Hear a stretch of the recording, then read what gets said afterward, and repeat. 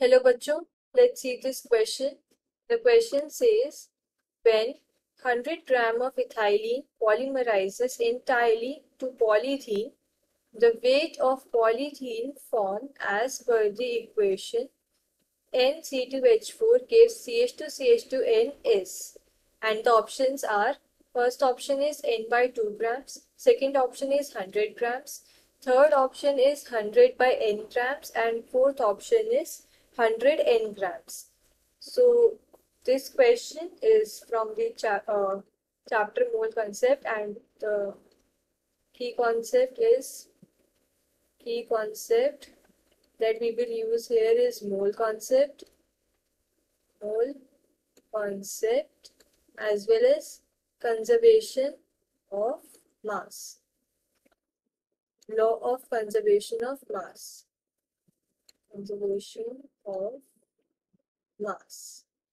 अब इस क्वेश्चन में इन्होंने हमसे बोला है कि जो इथाइलिन है, अगर हम इक्वेशन लिखे C2H4 और इसके हमने N मोल्स लिए, ये क्या है, इथाइलिन।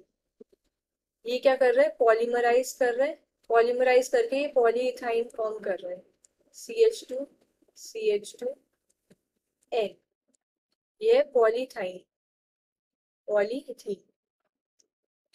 तो इथाइलिन के हमने N मोल्स लिए और ये फिर पॉलीथीन फॉर्म कर रहा है।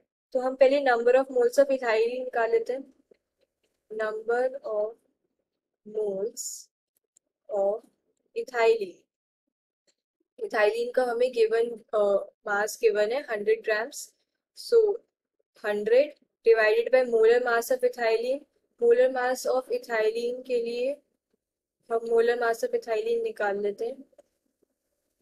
2 कार्बन, मास ऑफ कार्बन क्या होता है 12, उसको 2 से मल्टीप्लाई कर देंगे, प्लस 4 हाइड्रोजन से, सो 1 into 4, so it will be 28 grams. तो 28 क्या हो गया, मोलर मास हो गया। इसको यहाँ पुट कर देंगे, 100 बाय 28 मोल्स आ गए हमारे पास इथाइलिन के।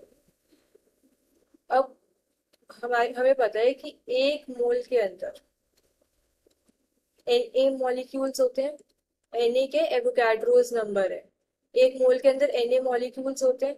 सो एक 100 बाई 28 मोल्स के अंदर कितने मॉलिक्यूल्स होंगे, 100 बाई 28 मोल्स है हमारे पास, तो इसके अंदर नंबर ऑफ मॉलिक्यूल्स कितने हो जाएंगे, 100 बाई 28, इसे एवोगाड्रो नंबर से मल्टीप्लाई कर देंगे तो इतने मॉलिक्यूल्स हो जाएंगे।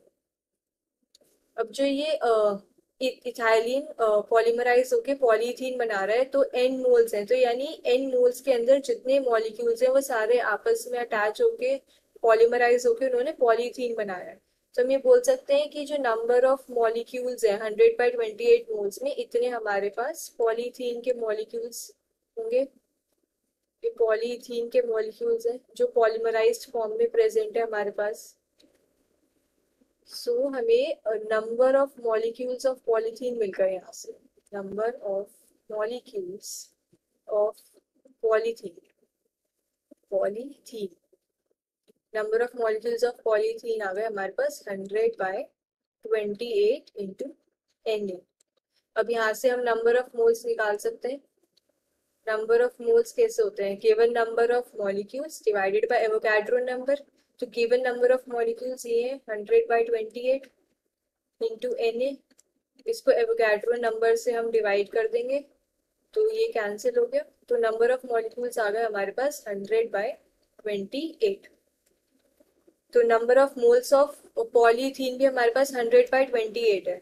अब हमें क्या निकालना है, गिवन वेट निकालना है। सो गिवन वेट क्या होता है, number of moles into molar mass. Number of moles है 100 बाई 28 और मोलर मास भी क्या होगा 28, क्योंकि फॉर्मूला तो C2H4 ही है, 2 कार्बन है 4 हाइड्रोजन है, तो ये कैंसिल होके हमें क्या मिला, गिवन वेट 100 ग्राम्स।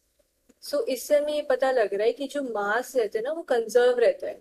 हमने 100 ग्राम्स लिए थे इथाइलिन के और पॉलीमराइज होके जो हमें पॉलीमर मिल रहा है उसका मास भी क्या आ रहा है, 100 ग्राम्स आ रहा है। सो इससे हम बोल सकते हैं कि मास कंजर्व्ड है। तो the final answer is 100 grams. Hope you understood it well. Best of luck.